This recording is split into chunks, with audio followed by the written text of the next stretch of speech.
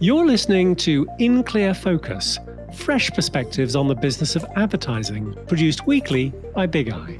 Hello, I'm your host, Adrian Tennant, VP of Insights at Big Eye, an audience-focused, creative-driven, full-service advertising agency. We're based in Orlando, Florida, but serve clients across the United States and beyond. Thank you for joining us.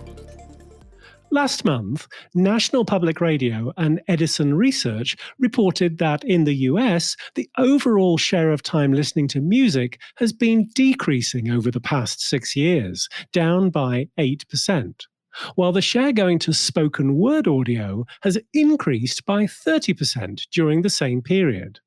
NPR's CMO, Michael Smith, revealed that his network's podcast downloads are up 46% this year. NPR is not alone in seeing a boost in podcast listening. Podcasts now reach 100 million Americans each month and attract increasingly diverse audiences. As more people have been working from home during the COVID-19 pandemic, engagement with podcasts has increased significantly for both information and entertainment. Widespread adoption of podcast listening has meant that many direct-to-consumer brands have found success with advertising to niche audiences in this space. In a study published earlier this year, consumer insights company Claritas found that advertising in podcasts can boost brand awareness as much as 30 times the lift rates of other media channels. It's no surprise then that eMarketer forecasts that US spending on podcast advertising will grow 45% to $1.1 billion in 2021. To talk about how brands and advertisers can reach audiences at scale through podcasts, I'm joined today by an industry expert. Based in Morro Bay, California, Heather Osgood has been selling advertising for over 20 years on radio, print, and trade show booths. But Heather was so passionate about podcasts that in 2016, she founded True Native Media, a firm dedicated to connecting podcasts with advertisers. Heather is also the producer and host of a weekly show called the Podcast Advertising Playbook, which covers topics that help brands develop and run successful campaigns to attract customers and generate business. Heather, welcome to In Clear Focus. Thanks so much for having me. I'm really excited to chat with you today. What was the insight that led you to found True Native Media? I founded True Native Media because I became a bit of a podcast-obsessed listener. I sold a trade show production company that I had for about 10 years. And for the first time in my adult life, I had so much time to spend listening to podcasts. And the more I listened to podcasts, the more I consumed all of this audio, I was shocked to find that there were so few ad messages in podcasts. And when we look around the landscape of all of the media out there, what we find over and over again are ad messages. And so it seemed strange to me that podcasts were almost like this island. And, while some of the very biggest shows had advertisers, most of the shows that I listened to, which I would classify as mid-level shows, did not have advertisers. So I took a look at the industry and I found that, yes, those 1% of top shows were being served by firms that were happy to connect them with advertisers. But then there were all of these essentially hundreds of thousands of impressions that were going unserved without ad messages. And I just felt like there really was a hole in the market and I wanted to help fill that. And given my ad background and my experience as an entrepreneur, I felt that really founding an organization like True Native Media to really help connect those mid-level shows with advertisers was something that was really up my alley and something that I could really contribute. And so that's why I founded the organization. What services does True Native Media offer? So True Native Media is a podcast representation firm, which means that we represent podcasts. So currently we work with about 70 different podcasts in the industry, and our role is to connect those podcasts with advertisers. So we work with agencies, we work directly with brands, and go about getting advertisers in any way we can for those podcasts that we serve, as well as the advertisers that we serve. But really our focus is to try and fill the podcasts we represent up with ad messages. In a recent episode of the Podcast Advertising Playbook, you identified 7 of the biggest trends in podcasting, one of which is privacy. Since you recorded that episode, we've had an election, of course. Voters in the Golden State supported Proposition 24, which will expand California's existing privacy law to cover more sensitive data sets and establish a new state agency in charge of enforcing these rules for consumers. Can you tell us more about what you think it means for advertising generally and for podcast advertising in particular? Yeah. So when we look at privacy policies, they obviously are certainly very important.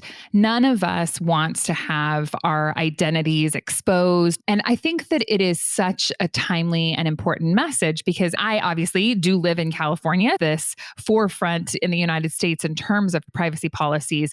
So it's important for us to make sure that we are all aware of our privacy and what is happening. We enter the internet many different times a day, right? In different forms through computers and smartphones and a bazillion different devices that we have now.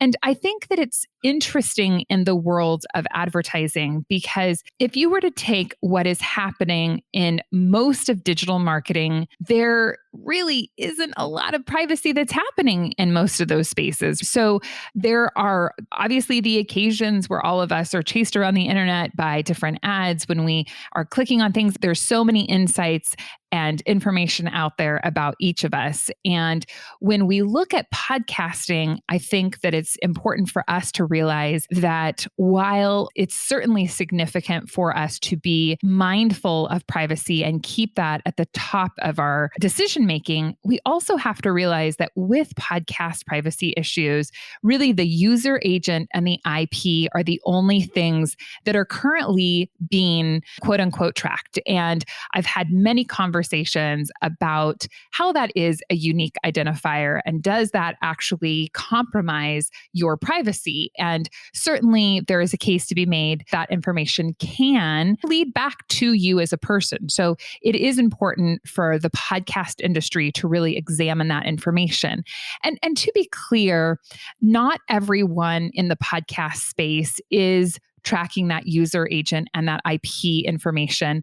About 2 years ago now, new attribution companies, there's Podsights, Claritas, and Chartable came out. And those attribution companies really have done a lot for podcast advertising in that they've allowed us to see who has listened to the podcast and then through the use of a tracking pixel, who has come to the website, who has made a purchasing decision, who has signed up for that newsletter, who has taken different actions on a website. So it allows us really for the first time in podcast history to track conversions, which is so important and so necessary if we're looking to attract bigger brands and bigger interest from advertisers into the space. The challenge, of course, is this privacy issue because those companies do, track the user agent and the IP address. So those are really important things for us to consider.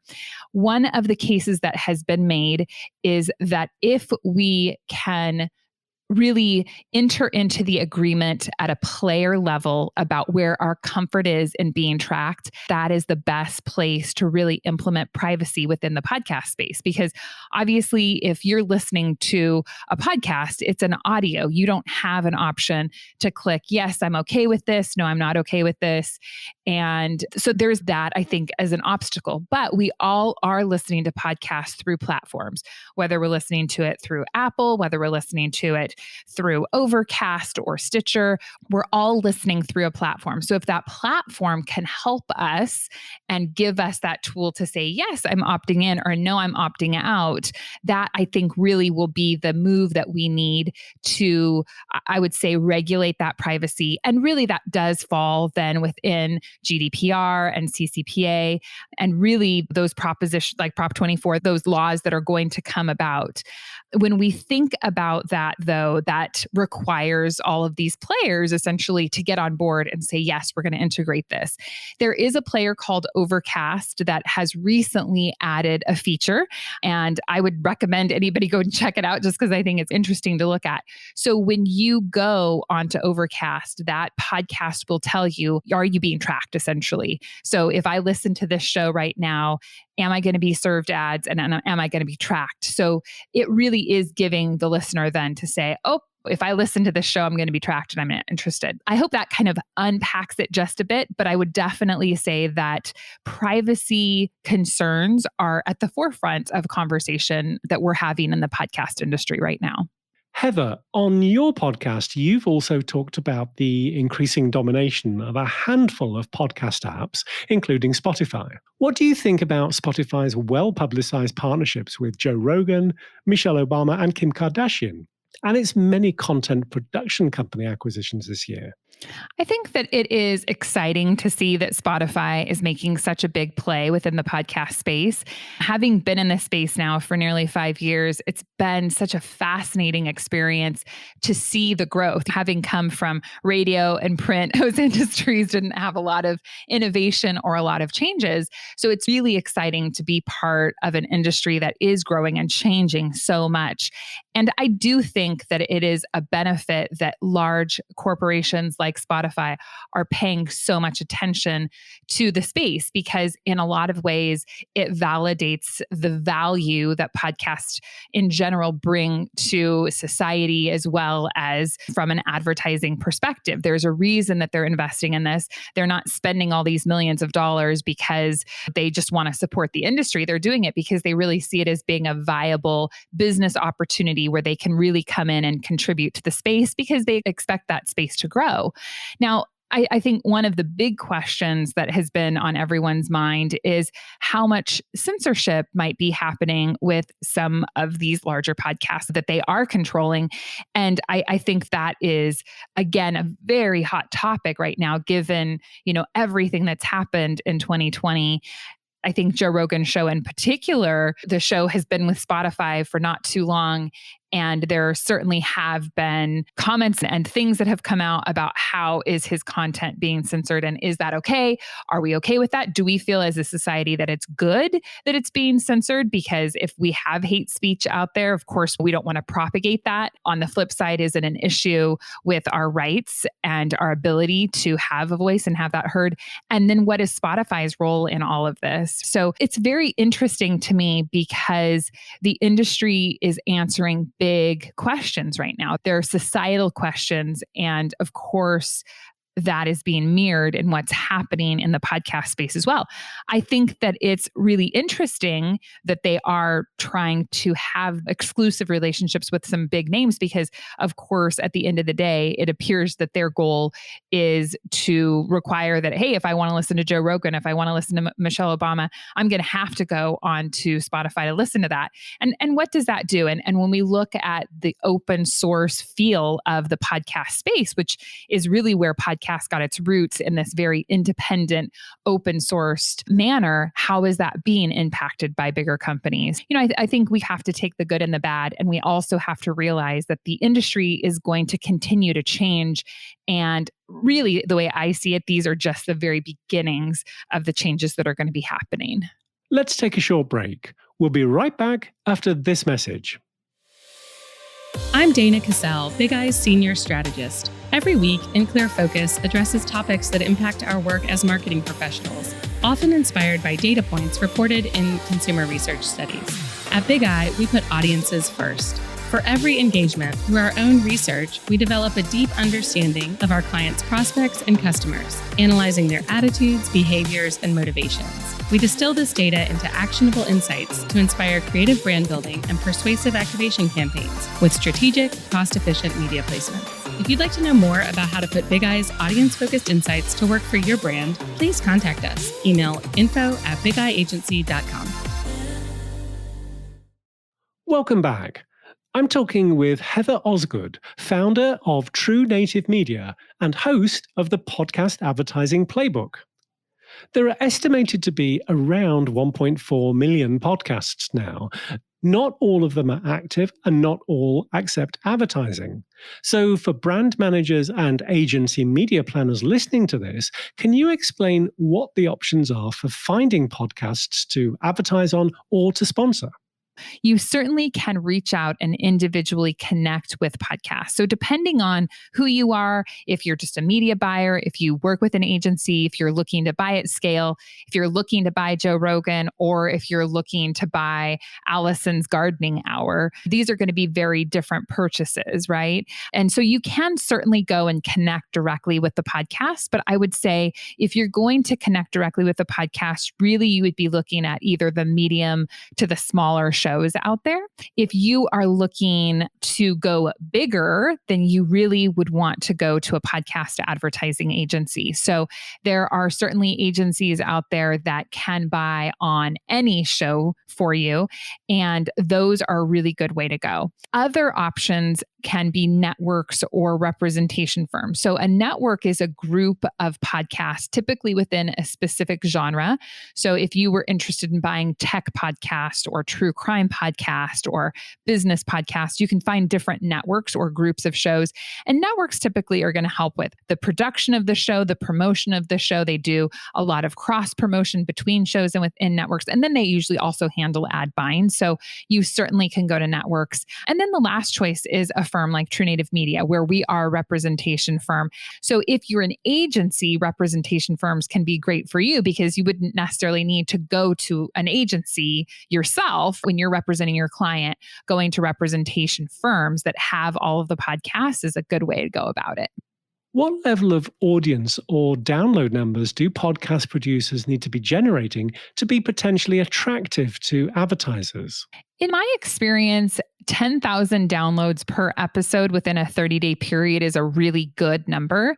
Now, just to put it into perspective, hardly any podcasts out there actually get over 1,000 downloads per episode. There's lots of shows out there, but most of them don't actually get more, truthfully, than a couple hundred listeners. So you do have to be really judicious and do your work and know exactly who it is that you're working with when you're looking at a podcast, because I have found oftentimes podcasters really don't know their numbers. And if you're doing embedded ad reads, which about half of the podcasts out there are doing, you want to make sure that they're getting enough downloads per episode in a 30-day period. And like I said, that's at about that 10,000 range. If they are doing dynamic ad insertion and you can insert that ad into their full catalog, then we can look at, I would say 20,000 and over is a good place. You're not only involved in the representation of podcasts, but you also produce and host a podcast called the Podcast Advertising Playbook. What topics do you typically cover?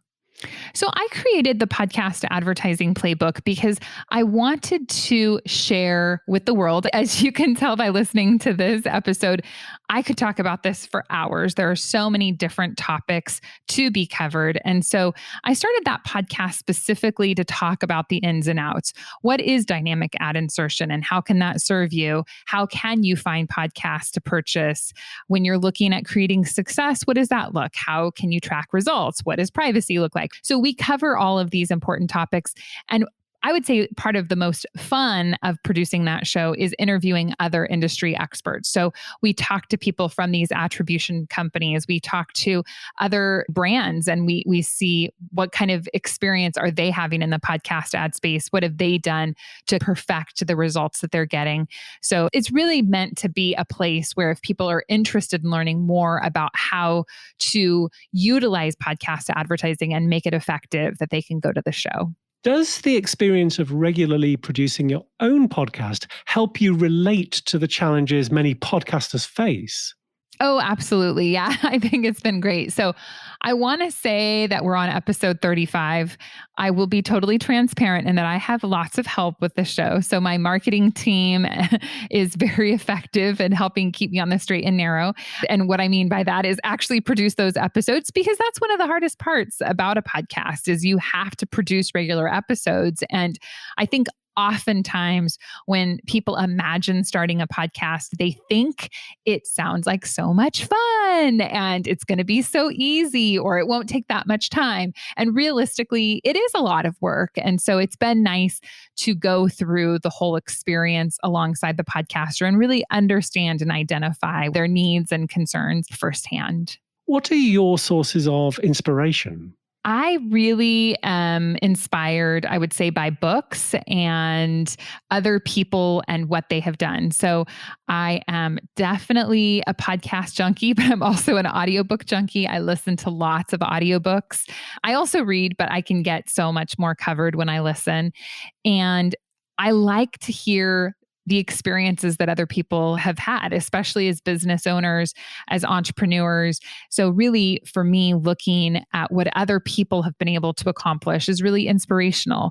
Somebody said the other day, and I should remember who it was, but they said, if somebody can do it, anybody can do it. And I thought that was such a good statement, because oftentimes in life, I think that we sell ourselves short, right? We look at our own shortcomings because we know those so much more intimately than anyone else. And we assume that we aren't going to be able to reach our goals, or we're not going to be able to get to the place that we want to get, when in reality, we can. And I'm not necessarily one of those people that says you can accomplish anything. I'm definitely never going to become an astronaut. That's just fine. I'm totally cool with that. But I do think that if we have big goals and big dreams, we can do it. And really, when we look around ourselves, when we see other people accomplishing great things, to me, though, that's our example, that's our roadmap. And for me, that's the inspiration I need to create every day. Of course, you're a female entrepreneur and you had a company before True Native Media. What were your experiences like when establishing True Native Media compared to, say, your first company? My husband and I actually established a few different companies, but the main company I was involved with was my trade show production company, Simply Clear Marketing, prior to True Native Media. And I founded that company with my best friend, and it was an amazing journey. I think I was super blessed to have partnered with someone who had very similar work ethic, who had very similar life goals, and her and I worked amazingly well together, which isn't always the case, especially when you go into business in your mid-20s with your best friend. But it was such a good learning experience. And I think what has been so amazing about True Native Media is that I have been able to take those lessons that I learned at Simply Clear Marketing, and I've been able to apply them to True Native Media. And one of the most important things, I would say the compass that I live my life by, but in business especially, is really this idea of starting with the end in mind. What is our goal? Where are we trying to head? If you don't know where you're going to go, then you can go anywhere. And if you've got a path for where you're headed, it really helps keep you focused on what is most important. And like I said, I feel like you can apply that to business, but you can also apply that to life. Where are you headed and what are you doing to get there? And that's a main goal and a main objective for me at True Native Media. Based on all the advances that you've seen in the podcasting industry this year, what are you most excited for in 2021? I'm excited for continued growth. I would love to see us get to the $1 billion mark, which we're slated to in podcast advertising in 2021. So I'm excited about that. But I'm also really excited about the advancements in technology. I think that we're going to continue to see a lot of this consolidation that's happening because we've had so many independent companies and they continue to pop up. It's like every day, oh, look, there's this new podcast company and that new podcast company, right? They're all over the place. But I think we're going to continue to see a lot of consolidation because right now I do think we need some, like we talked about Spotify. I think they are obviously making this play to try to become a major player in the industry. But who are the other major players that we're going to see pop up? And what does it look like to have some industry leaders? I have been talking to several people in the podcast space about creating a podcast industry association where we all meet together, we're all on the same page, and we talk about common issues and things facing the industry. Because It's so fascinating to be part of something that is growing so quickly. But when you put up there and you say, okay, there's 1.5 million podcasts out there. Yeah, well, there's 600 million blogs out there. When you say, oh yeah, we're going to reach $1 billion in ad sales, that's awesome. But how many hundreds of billions of dollars are being spent in radio and TV? So even though as an industry, we really feel like we're growing, because we are, and it's exciting, when you put us up to other mediums, we're really still in our infancy. So I really am excited to see how we can grow and how we can come together as an industry to help arm one another to really fortify us to grow. Heather, are we at a point where media planners should be thinking about integrating podcast advertising into buys? So I think that when I consider podcast advertising, I often see that people don't integrate it into their overall marketing strategy. And I would like people to approach podcasts in that way. I find oftentimes it's like people just dipping a toe in the water, right? They're like, oh, I hear podcasts are good. I hear I should try podcast advertising. So they come in and I'll talk to companies, even large companies sometimes, who are like, I want to place 2 ads on one podcast. And I'm like, that's such a bad idea. Let's actually look at your marketing strategy. Let's look at what you're doing. And let's look at how we can integrate podcasts into that overall marketing strategy, or at least your audio strategy. So I do think that when people are considering podcast advertising, if you're really wanting to see its value and if you're really wanting to see if it can produce results, you've got to commit to it at a big enough level and integrate it enough into your campaign to really see true results. Heather, if listeners want to learn more about True Native Media, where can they find you? They can find us at truenativemedia.com. I'm also super active on LinkedIn. So if you're interested in coming over to LinkedIn and finding me there, I do a live every Wednesday at 10 a.m. Pacific. Of course, you've mentioned the Podcast Advertising Playbook, which is available on any podcast playing app. So you can go find that as well. Heather, thank you so much for being our guest today on In Clear Focus. Thank you for having me. It's been a real pleasure. Many thanks to my guest this week, Heather Osgood, founder of True Native Media and the producer and host of the Podcast Advertising Playbook. You'll find links to resources on the In Clear Focus page at bigeyeagency.com under Insights. Just click on the button marked Podcast. If you haven't already, please consider subscribing to the show on Apple Podcasts, Spotify, Google Podcasts, or your favorite podcast player. And remember, if you have an Amazon Echo device, you can use the In Clear Focus skill to add the podcast to your flash briefing. Thank you for listening to In Clear Focus, produced by Big Eye. I've been your host, Adrian Tennant. Until next week, goodbye.